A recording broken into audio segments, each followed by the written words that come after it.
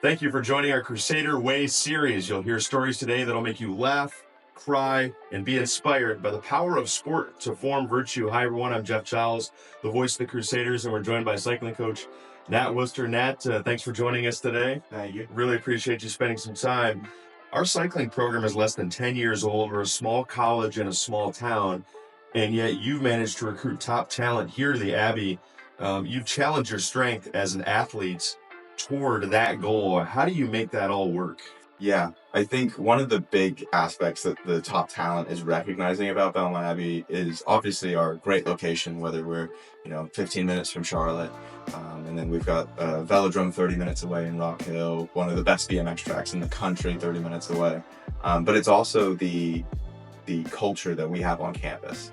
So many individuals outside of cycling and all the other sports we have choose to come to the Abbey because we're all of that same mindset of we want to do our absolute best in the classroom, in our academics. We want to strive to be the best versions of ourselves in our athletic spheres.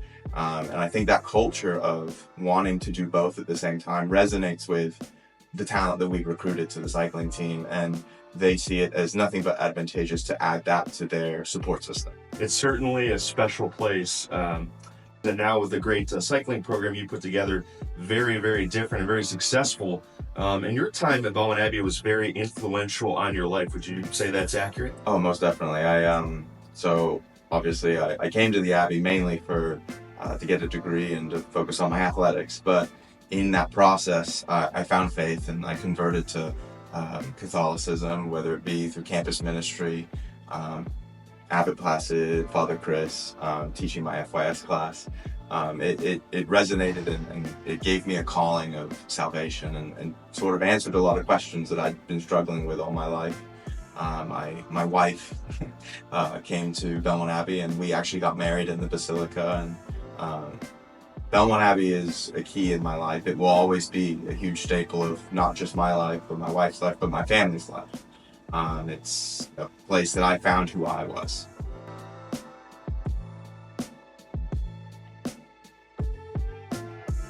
His learning curve was steep. Let's just say that when he first got here, as one would expect, he had not been a collegiate level coach, but I think he has made exceptional strides in a very short period of time. He has tremendous integrity, and he's a man of character. And a lot of the other things that come along with virtually any profession you go into can be learned.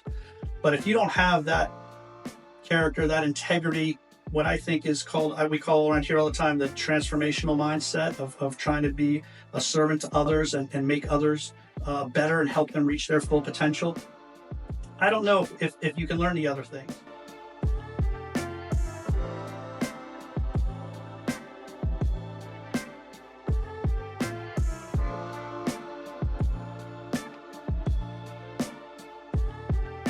One of the big aspects that I put forward with my athletes is not everything is going to go the way we want them to or how we foresee them to.